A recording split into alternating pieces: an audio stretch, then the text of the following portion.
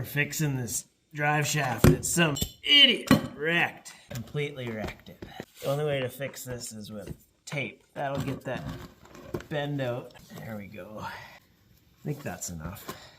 Haven't done this for a while, but it's like riding a bike. You don't forget how to fix this kind of stuff. Gotta make a nice S shape and fill the cracks. There we go. Make it look good. Done. Fixed, ready to throw back in there. Ready to put back into the truck. As new. You go buy a new one, just fix the old one.